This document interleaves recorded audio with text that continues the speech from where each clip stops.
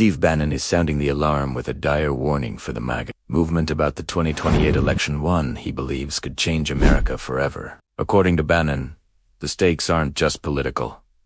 They're existential. He argues that if conservatives fail to secure power, it won't simply be a loss at the ballot box, but the end of the movement itself. As Donald Trump's former chief strategist and one of the key architects of the MAGA revolution, Bannon's words carry weight. Recently, he told a group of conservatives, "If we lose the midterms and we lose 2028, some in this room are going to prison, myself included." He believes that Democrats are becoming increasingly radical and that a loss would unleash a wave of political retribution, locking conservatives out of every institution of influence and effectively erasing them from public life. For Bannon, 2028 is the doomsday clock, an existential cliff that demands what he calls a maximalist strategy. That maximalist strategy is nothing short of a call to seize and purge the federal government. When Bannon says seize the institutions, he means taking complete control of the departments. These ideas aren't isolated musings, they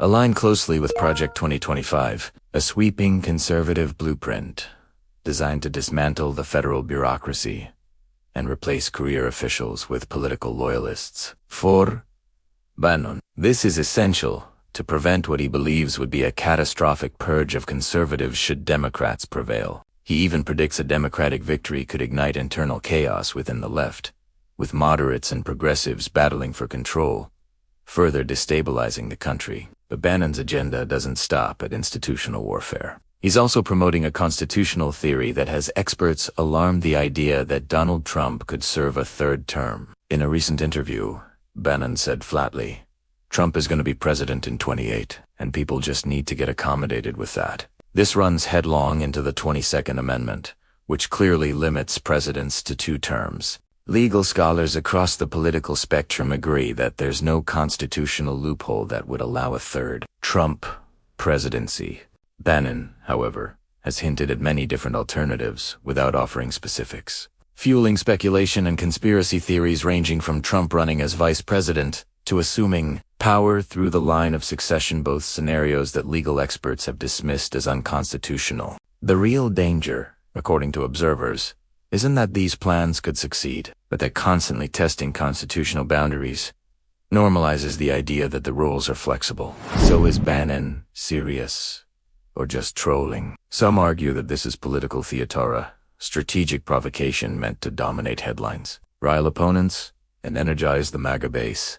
Others see it as a darker play, a deliberate attempt to erode faith in democratic norms and prepare followers to reject constitutional limits altogether. Trump himself has fueled the ambiguity, joking about a third term while acknowledging its impossibility, keeping the narrative alive on both sides. For Bannon, that's the point. His philosophy is about constant pressure, never conceding the battlefield, always forcing opponents to react. He often cites figures like Nigel Farage, who achieved Brexit through relentless persistence, as proof that long-term agitation can topple entrenched systems. Ultimately, Steve Bannon's 2028 warning paints a portrait of America at a crossroads. He presents the coming election as a final showdown, total victory or total annihilation. His calls to seize and purge the government are rooted in a belief that the current system is irredeemably corrupt, while his promotion of Trump's third term challenges the very foundation of constitutional democracy. Whether seen as a political arsonist, strategist, or a provocateur, Bannon's influence remains undeniable. He envisions a MAGA movement that governs for the next 50 years and openly rejects the idea that traditional political rules still apply. To his followers, 2028 is the moment to save the nation from elite corruption. To his critics, his rhetoric is the real threat to the republic. One thing is certain: the next few years will test which vision of America ultimately prevails.